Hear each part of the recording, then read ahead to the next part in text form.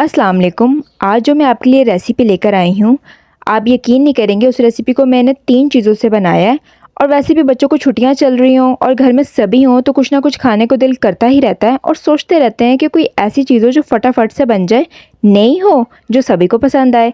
तो मैं आपके लिए एक क्रिस्पी सी रेसिपी लेकर आई हूँ जिसका नाम है पोटैटो क्रिस्पर, जो सभी को बहुत पसंद आएँगे। तो देखते हैं इसको बनाना कैसे है। इस रेसिपी को बनाने के लिए सबसे पहली चीज़ हमें यहाँ पर आलू चाहिए। यहाँ पर मैंने आधा किलो आलू का इस्तेमाल किया है।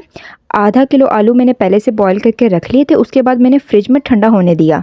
तो ठंडे आलू का इस्तेमाल करना है, गर्म आलू का इस्तेमाल बिल्कुल नहीं करना। और एक बात का ध्यान रखा करें, जब भी आप कोई आलू की रेसिपी बना रहे हो तो ठंडे आलू का इस्तेमाल किया करें, गर्म आलू का इस्तेमाल ना किया करें। आपकी ठंडे आलू का इस्तेमाल करेंगे तो आपकी रेसिपी अच्छी बनेगी। इनको अच्छे से मैश कर लेंगे। मैश करने के बाद अब हम इसमें डालेंगे 1 चाय का चम्मच कुटी हुई लाल मिर्च, आधा चाय का चम्मच काली मिर्चों का पाउडर, 1 चाय का चम्मच इसमें जाएगा नमक और 1 टेबलस्पून बारीक कटा हुआ हरा धनिया। हरा धनिया का जो टेस्ट है ना, वो तो अलग ही है आलू के अंदर। और इसमें जाएगा थोड़ा सा, यानी कि 1 चाय का चम्मच मिक्स्ड हर्ब। इस तरह की बॉटल्स मिल जाती हैं। अगर आपके पास ये नहीं है तो ऑरिगेनो भी डाल सकते हैं, अगर ऑरिगेनो नहीं है तो स्किप भी कर सकते हैं।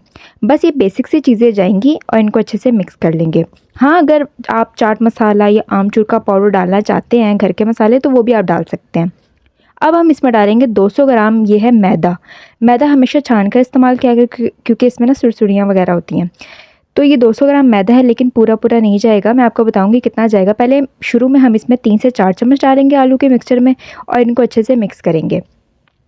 फिर हम देखेंगे कि आलू का मिक्सचर कंबाइन हो रहा है तो ठीक है, अगर नहीं हो रहा तो हम इसमें बाकी डालेंगे। तो टोटल यहाँ पर मैंने इसमें डाले थे 9 टेबलस्पून। 9 टेबलस्पून मैंने इसमें मैदा यूज़ किया था। इसको अच्छे से कंबाइन कर लेंगे, मिक्स कर लेंगे, एक डो तैयार कर लेंगे इसकी। और अगर आपको रेसिपीज़ पसंद आती हैं तो प्लीज़ वीडियो को लाइक कर दें और चैनल को सब्सक्राइब कर दें।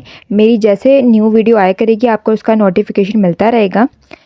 तो अच्छे से मिक्स करने के बाद ये हमारे आलू की डो बनकर तैयार है। अब इसको 2 पेड़ों में डिवाइड कर देंगे, ठीक है। दोनों का पेड़ा बना लेंगे। एक पेड़े को साइड पे रखेंगे, दूसरे पेड़े में नीचे सरफेस पे, यानी कि आप इसको शेल्फ पे बना रहे हो, किसी चीज़ पे या कटिंग बोर्ड पे बना रहे हो, तो नीचे ना भर भर के मैदा आपने लगाना है, वरना आलू का जो ये डो है ना, रोटी, ये चिपक जाएगी नीचे, फिर से आपको उठाना बड़ा मुश्किल हो जाएगा। तो इसको बिल्कुल एक गोल रोटी की देना है शेप में, लेकिन पतला नहीं रखना, मोटा रखना है। अब जिस तरह मैं छुरी की मदद से इसको काट रही हूँ ना, वैसे आपने इसके सेक्शन काटने हैं, ठीक है। इसको ट्रायंगल की शेप में काटना है, बहुत ही आसान है। टोटल ये 8 पीस बने थे। तो बिल्कुल आसान तरीके से जिस तरह मैं काट रही हूँ वैस तरह आपने काटने हैं। अब इसके अंदर रखेंगे चीज़ के स्लाइस।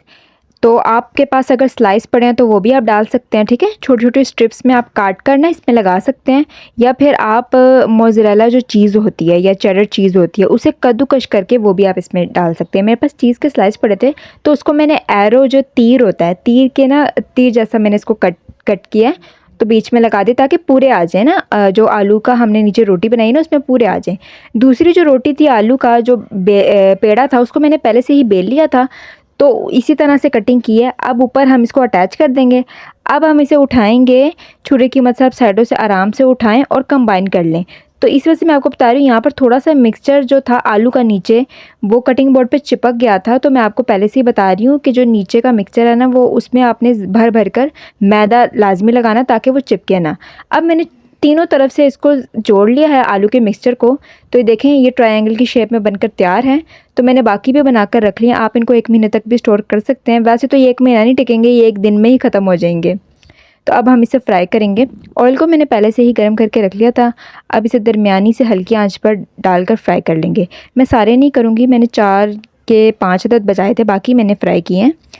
तो ये देख सकते हैं गोल्डन ब्राउन सा बहुत प्यारा सा कलर आ चुका है इनका।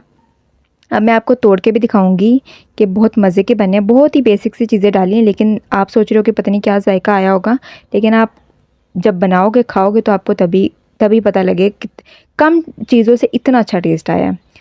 तो बाकी चीज़ें तो होंगी, आपके घर में चीज़ का ही होता है, तो चीज़ ले आएँ, चीज़ सभी को ही पसंद होती है। तो देखा कितनी ज़बरदस्त सी लग रही है। आपको वीडियो अगर पसंद आई हो तो लाइक कर दीजिएगा और चैनल को सब्सक्राइब करना ना भूलें। अल्लाह हाफ़िज़।